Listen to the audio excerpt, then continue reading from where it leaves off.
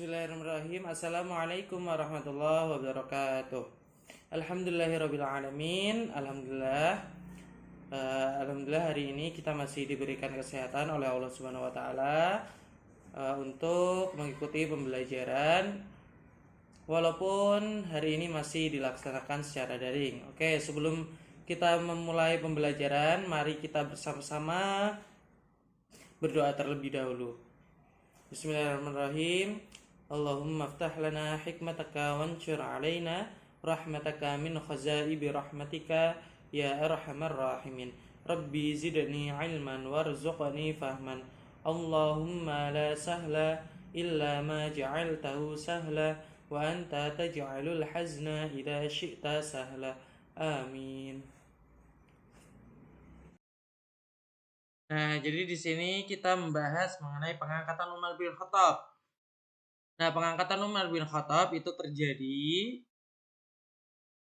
melalui awal mulanya dari keresahan Abu Bakar As-Siddiq yang mulai bingung akan pengganti beliau karena pada saat itu Abu Bakar sudah mengalami sakit yang mengakibatkan beliau banyak pikir mencari pengganti beliau, menggantikan Abu Bakar sebagai khalifah dalam Islam pada masanya.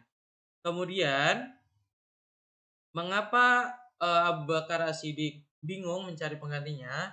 Karena beliau berpikir gak mungkin bisa menyerahkan sesuatunya, segala hal kepada kaum muslimin begitu saja.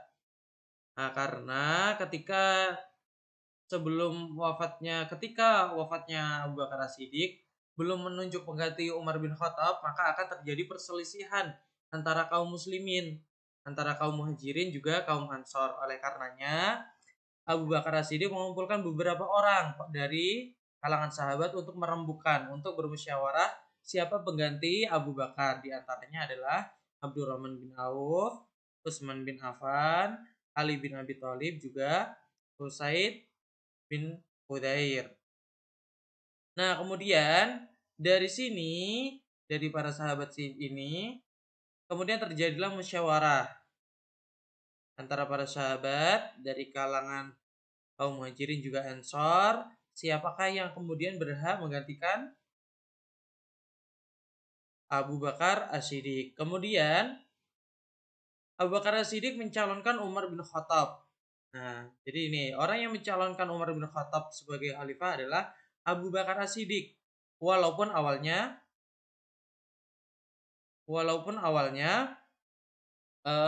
banyak para sahabat yang menolak Umar menjadi khalifah. Kemudian akan tetapi setelah dijelaskan duduk persoalannya oleh Abu Bakar As-Siddiq, akhirnya semua para sahabat menerima bahwasanya pengganti Abu Bakar adalah Umar bin Khattab. Kemudian Umar bin Khattab menjadi khalifah kedua dengan cara musyawarah.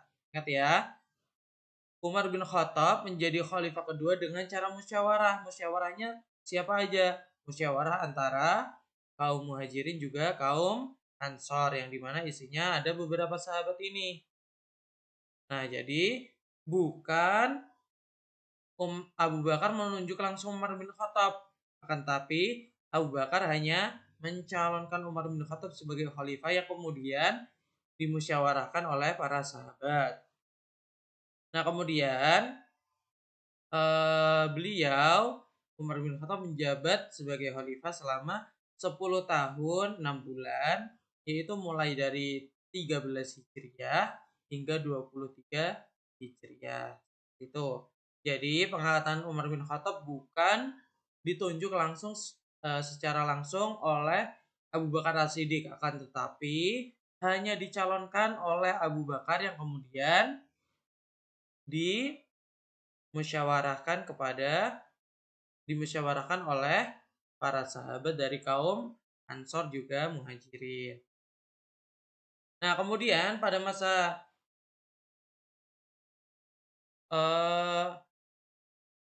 kekhalifahan Umar bin Khattab, di sini banyak sekali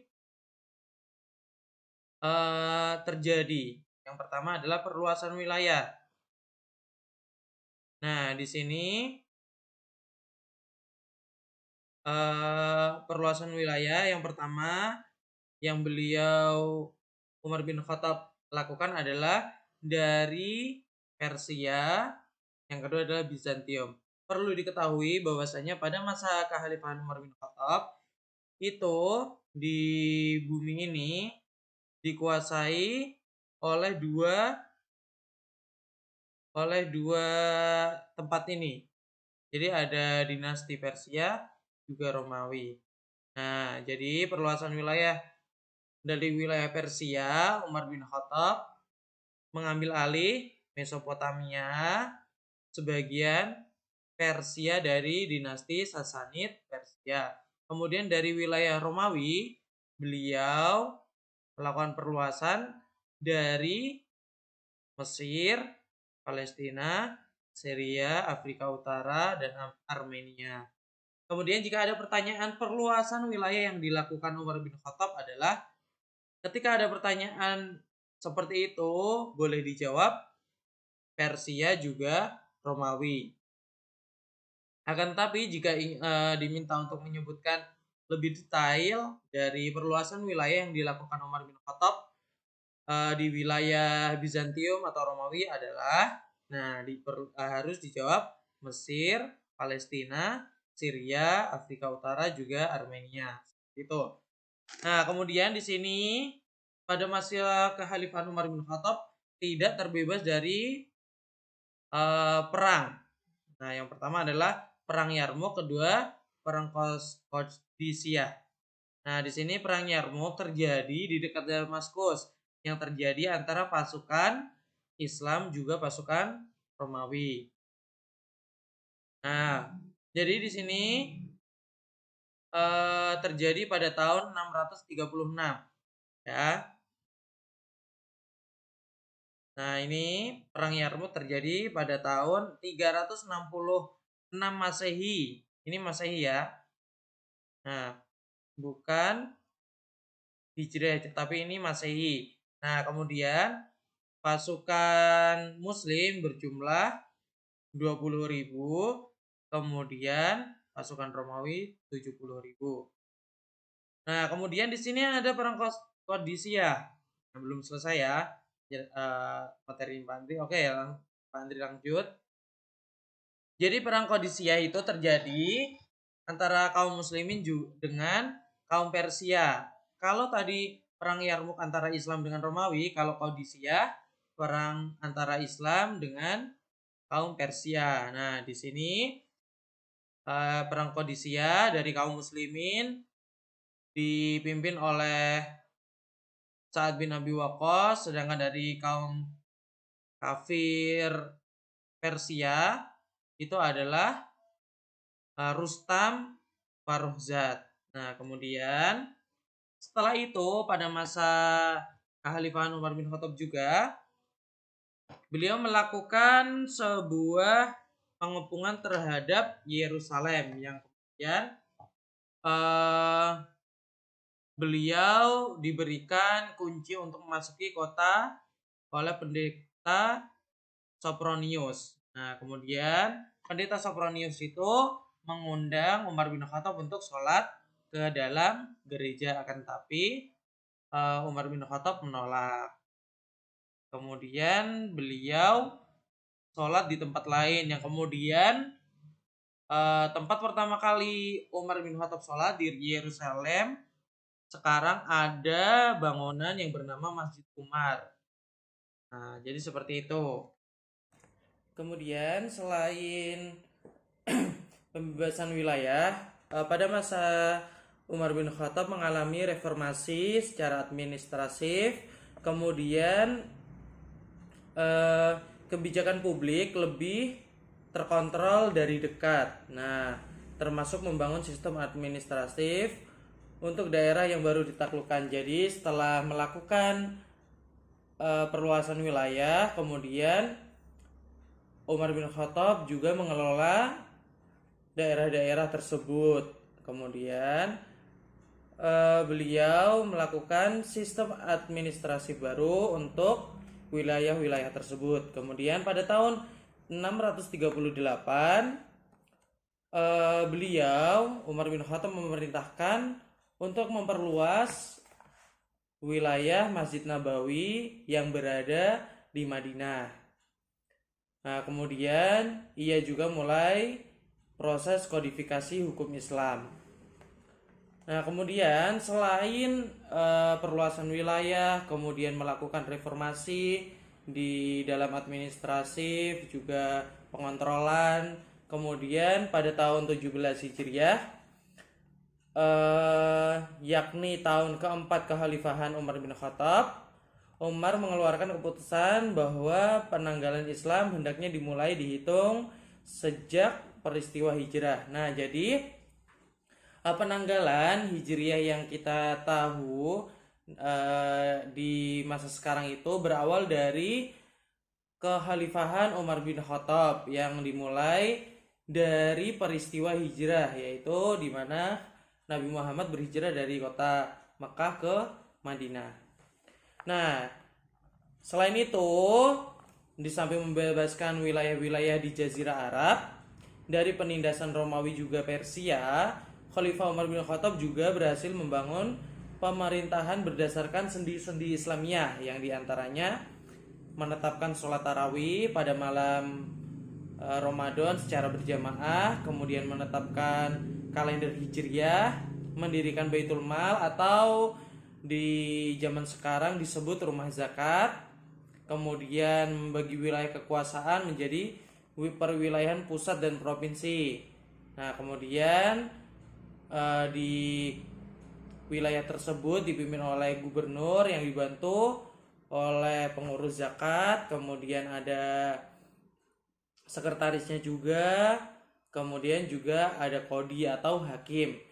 Kemudian yang terakhir adalah membentuk dewan dalam membantu kelancaran pemerintahan seperti Dewanul Jun, kemudian Dewanul Qadha, Dewanul Misbah, Dewanul Kharaj, Al-Barid dan lain-lain. Nah, jadi maksudnya dewan-dewan itu ada dewan dalam tentara, kemudian dewan dalam perhitungan, kemudian dalam pendidikan, dalam kharaj. Kharaj itu adalah ketika penghukuman, ketika ada seorang melakukan tindak kejahatan, kemudian al-barid atau surat menyurat dan lain-lain, seperti itu. Nah, kemudian tadi kita sudah membahas masa kekhalifahan Umar bin Khattab. Yang pertama ada perang Yarmouk yang terjadi antara kaum muslimin dengan kaum Romawi yang terjadi di dekat Damaskus, yang jumlah kaum muslimin 20.000 dan kaum Bizantium atau Romawi berjumlah 70.000. Kemudian ada juga perang Qadisiyah yang dipimpin oleh Sa'ad bin Abi Waqqas dari kaum muslimin dan Rustam dari Persia yang dilakukan di Sungai Efrat. Nah, selain itu Abu Bakar juga melakukan perluasan wilayah, membebaskan wilayah Yerusalem. Nah, dari sana kemudian Masjid Umar itu didirikan sebagai tempat sholat. Kemudian selain itu kebijakan Umar bin Khattab juga melakukan reformasi secara administratif, juga melakukan pengontrolan dari jarak dekat terhadap kebijakan publik, kemudian memperluas wilayah Masjid Nabawi yang berada di Madinah, kemudian melakukan proses kodifikasi hukum Islam, kemudian melakukan penanggalan Hijriah, kemudian menetapkan sholat tarawih pada malam Ramadan sebagai atau secara berjamaah, kemudian mendirikan Baitul Mal, membagi wilayah kekuasaan yang dipimpin oleh gubernur, kemudian membentuk dewan-dewan dalam membantu kelancaran pemerintahan. Jadi untuk hari ini cukup sekian. Kita membahas masa kekhalifahan Umar bin Khattab. Semoga bisa dipahami. Apabila ada yang belum jelas, silakan ditanyakan kepada Pak Andri, kepada Bapak. Kemudian sebelum Pak Andri akhiri, Bapak meminta maaf apabila penyampaiannya kurang jelas, kurang baik. Apabila ada benarnya datangnya dari Allah Subhanahu wa taala. Mari kita tutup dengan bacaan hamdalah dan doa kafaratul majelis. Alhamdulillahirabbil alamin. Subhanaka Allahumma wa bihamdika asyhadu an la ilaha illa anta astaghfiruka wa atubu ilaik. Ila liqa. Wassalamualaikum warahmatullahi wabarakatuh.